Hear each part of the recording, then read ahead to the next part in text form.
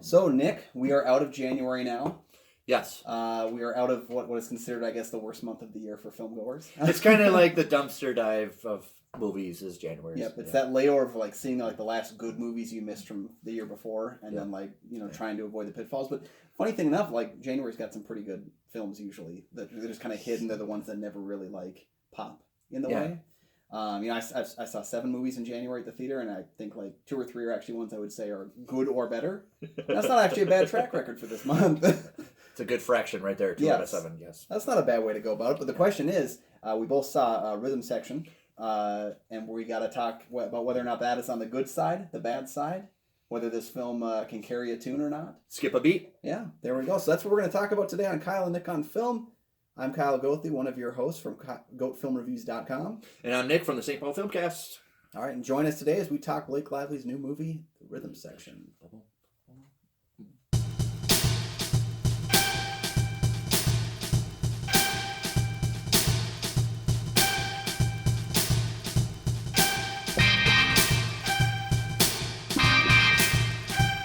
Folks, thanks for joining us again on Kyle and Nick on Film. Today we're talking The Rhythm Section from Reed Moreno. I think I'm saying it right. Yeah. She's done quite a few different like short films, some TV work, a couple of features, but this is one of the ones that I think probably her first major release. Yeah, I think what she's more famous for is that couple episodes of Handmaid's Tale. Mm-hmm. Yeah. Halt and Catch Fire on AMC. Yeah. Just some odds and ends like that. Nothing that I really have a lot of experience watching too, so this is kind of, I guess, my first Moreno film. This is actually my first Moreno film, and let's see if Blake Lively can actually carry a movie. I think she's been starring in movies. This is the first time that she's going to carry the entire movie. She's the headline. She's what's all about. So I'll throw it back to Kyle first. Overall, is this a good movie or not? So I got to just go into it saying this. I watched that trailer, played in front of every movie I saw at the theaters for the last 2 months. I didn't like the trailers all that much. I wasn't that interested in it. What really struck me was when I saw that Barbara Broccoli and Michael G. Wilson were producing the film. Now, they, of course, have been producing a lot of the last Bond films, of course, like since its inception. So I'm like, okay, this is really exciting. Like, maybe they're kind of going for that kind of a tone. Yeah. I figured out very early on in the film that this was not going to be something that was going to win for me. And it just kind of never really pulled me in. I was never invested. Specifically not invested in Blake Lively's performance because, like you said, I think she's been starring in a lot of films. I don't think I've ever seen her as a leading woman type.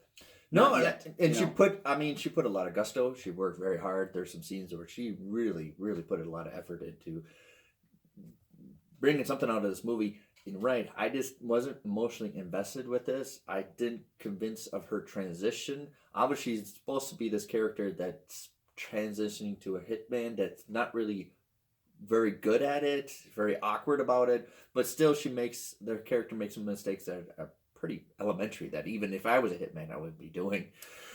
Well, and the problem too is she makes these mistakes as the film goes on, not just at the beginning, but she makes some pretty big mistakes 75% of the way through. She never really figures out, even at the end, that the big finale sequence, I felt, for one thing, of course, being played out in the trailer, which was really disappointing, but then also having it be something that she just kind of accidentally comes across. Like she's very bumbling in the film. I really respected what they tried to do with her character, that she is someone who's kind of been broken by the system that she's in at this moment. She's lost everyone she cares about. I do like the concept of somebody. I agree. I like the concept of somebody who is just not made for this kind of profession initially. That she's just just a nice kid that lost her family, and now she's gonna be hitman. That this doesn't translate well, right? Mm-hmm. And it wasn't. And she's gonna fumble along, but I don't buy into the awkwardness that she projects. Overall, I don't even invest in the side characters. You don't even get it like Jude Law's character. Jude Law was one I actually thought. I think he's the best performance in the film. I think he's the most entertaining character. I like the fact that he is, former government agent who he's a jerk the whole time, and I like that his like version of training, his Mr. Miyagiing and Yodaing of her, is very like cruel and violent. Like he just kind of starts a fight with her randomly. Just to kind of show her that this is the surprise factor that comes with this choice of life and path.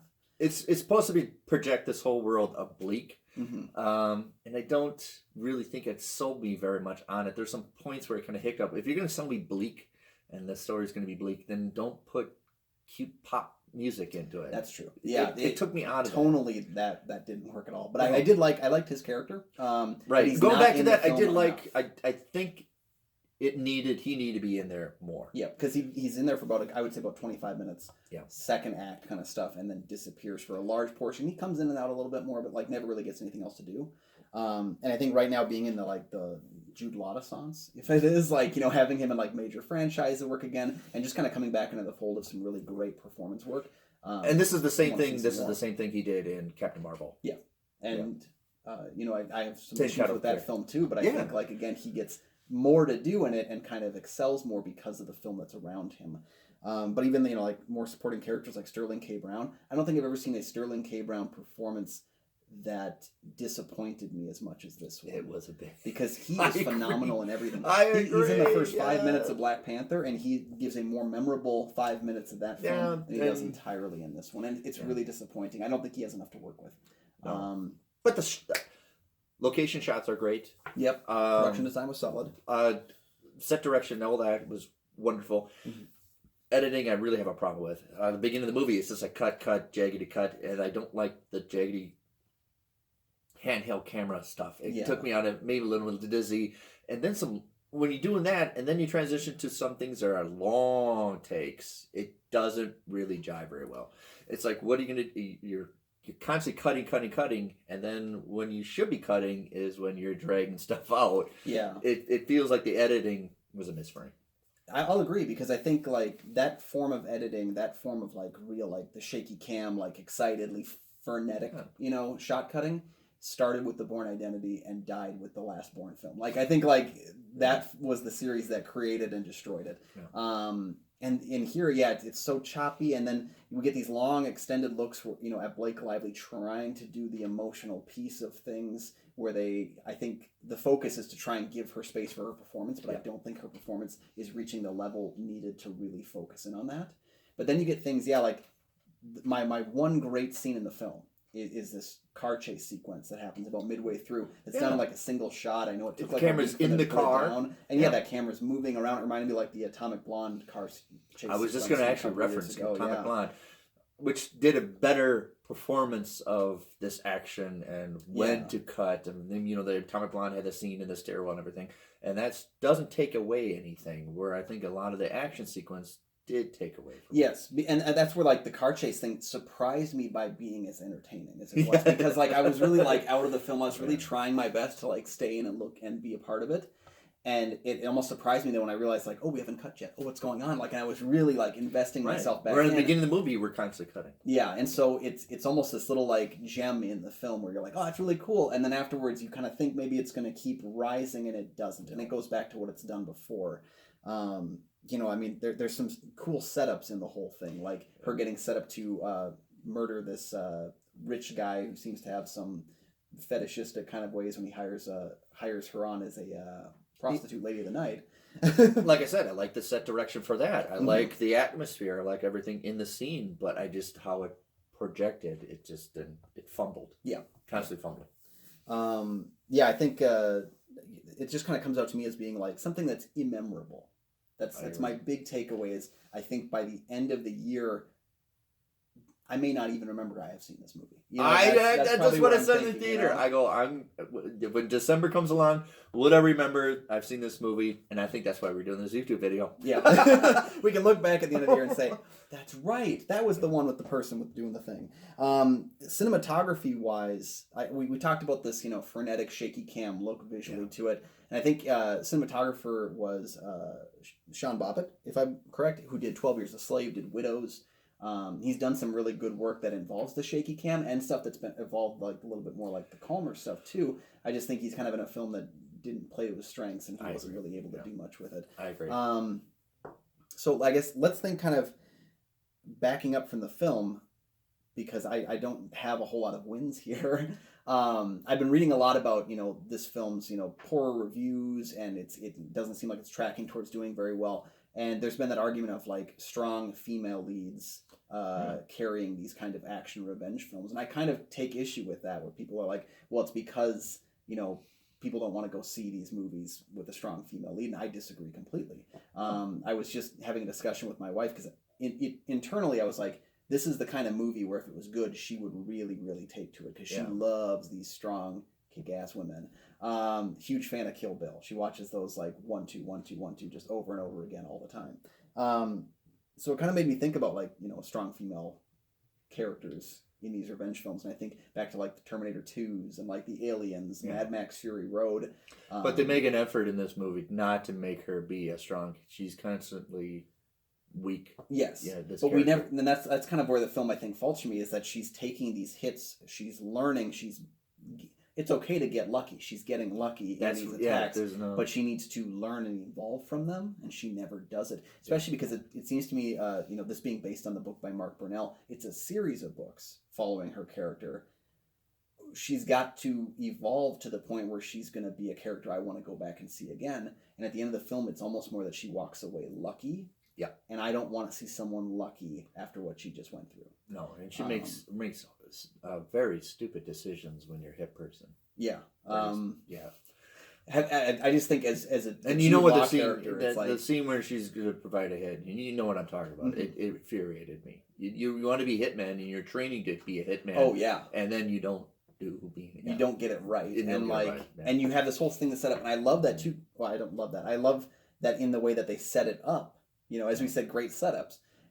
They set it up as the training. They show the steps. They show everything. They show her enter the building. She's got everything right. She's doing this okay. And then it kind of just all goes to crap. And it doesn't go to crap because of a mistake. It goes to crap because of a decision.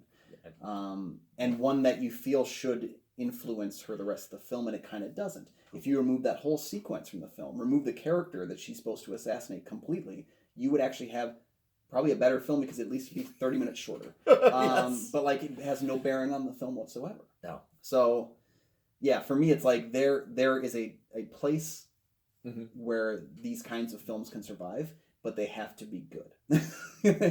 Just like any other movie, it's good or it's bad. I think about films like You're Next, where we have a character who has survivalist training put into a situation where she's got to be stronger than the rest of the people in the film that she's with. Yeah. This is kind of the polar opposite, where she does need to learn and evolve, and she never does. Yeah. So yeah, not a big fan of the movie for me.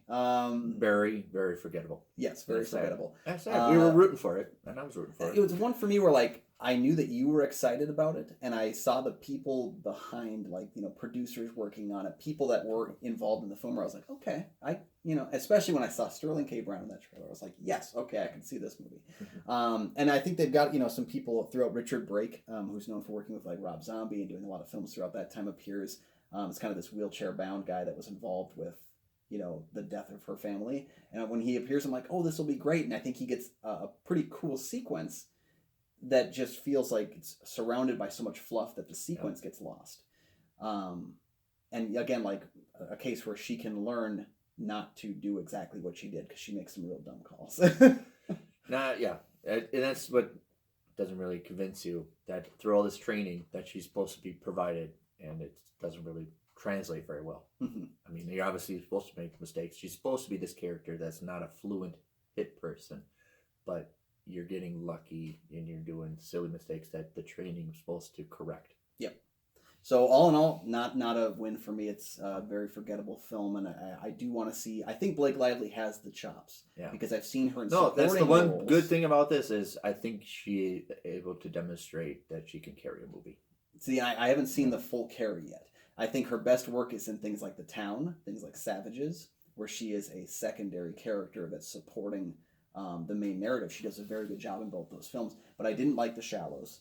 I'm one of those people that didn't like A Simple Favor. I know it seemed to be kind of like a little darling of the critics and fans, but I wasn't a big fan of it. I think she's capable of doing it. I think she could pull a real Channing Tatum move and take these hits, take the training, and get better. But I just haven't seen it happen yet, and it's disappointing, because I do think she has what it takes. There's moments where you can feel it. I don't feel it here, but overall for me, it's not recommended. I'm not telling a lot of people to see the film. It's kind of a dudder. It's definitely not the worst film I've seen in January 2020, though, and maybe I'll get into that in a minute. But it's far from the best. What's your final thoughts? Recommended or not? Nope. And it's going to be forgettable. Yep. Nothing memorable, very forgettable. Mm-hmm. So we'll repost this video in a year so you guys know this film existed. Yeah, that's pretty much it for our review. I think, we got a couple minutes left here. Why don't we just talk about quick the month that January was for film? Did you have any gems that you enjoyed in the month of January? Any releases? Anything that surprised you? Check out Three Christs. Okay. The Three Christs, starring Richard Gere, based on a true story. Wonderful performances all around. It's a simple story of people who are delusional as schizophrenics who believe they're Jesus Christ. Puts them all in a room and decipher, kind of break their delusions and get back to reality. And I think you'll like the ending more than you will like any other movies of January. I really appreciate it. I highly recommend it. Very cool. I like the concept. It's a really interesting concept. Yeah. Something that you don't really get a lot, and then you get to evolve based on performance too. So. Yeah. For me, I think the best film I saw this month was Guy Ritchie's The Gentleman. Now, I'm not particularly like a big fan of Guy Ritchie's older films. Don't hate them, don't love them. Just they're there, they're good. Right. But The Gentleman really surprised me. There's a lot of very interesting terms and very interesting character work down here. Charlie Hunnam is at his best I think he's ever been. I think this is a good decision on Guy Ritchie going back to. Yeah, I think this is something where like he walked away after doing Aladdin and he was like, I made you $1 billion, now let me do what I want. Works with Miramax. It gets a lot of people that do kind of turns, like different versions of characters than we've seen them do in the past. It was a really entertaining movie. Definitely R-rated in the best possible sense, where like you better go in not expecting to get offended because there's a lot of offensive material in there. I would imagine so. That is a Guy Ritchie loves to. Yeah, so I really enjoyed that film and the way he played with that kind of stuff. I was also a big fan of Bad Boys for Life. I hate the Bad Boys movies, and I really like this third one. Okay. Didn't hate Doolittle as much as a lot of other people did. But then you get films like a Boss, Underwater, that really just kind of disappointed the heck out of me. The Grudge, as we talked about last month too. Any other films that you saw in January that you feel like are worth talking about or not worth discussing at all? No, thanks for putting me on the corner. No.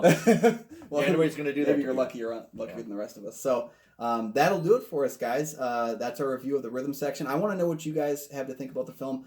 Some people saw it this weekend, so please feel free to drop us down a comment below what your guys' thoughts are. Comment, subscribe, share. Let us know what you guys think. We're all involved in that as well. And make sure if you guys are interested too, I left the link for our Patreon below the video here. Go ahead and join up there. Then you can have a chance to influence some of the films we talk about on Kyle and Nick on Film. Yep. Get involved in some of the different posts that we've got there, some polls. If you have questions that you want us to answer, we'll do mailbag questions to those as well. So, that'll do it for us. Make sure you guys take a look at those links when you have a chance. My name is Kyle Goethe. As I said before, you can find all my film reviews on goatfilmreviews.com. You can follow me on social media at Almighty Goatman. And I'm Nick from the St. Paul Filmcast, and we just started our 3rd season of the year today. Very exciting. Yeah. Wonderful. Thank you guys so much for joining us, and until next time, we'll see you later. Later.